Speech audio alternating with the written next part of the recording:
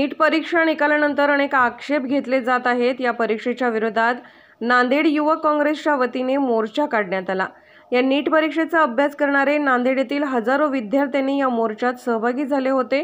वेळ कमी पडला म्हणून ग्रेस मार्क देता येणार नाहीत। अभ्यास करणाऱ्या सर्वसामान्य विद्यार्थ्यांवर एनटीएने अन्याय केला आहे। या प्रकरणात दोषी असलेल्या सर्वांची चौकशी करून कठोर शिक्षा करण्यात यावी।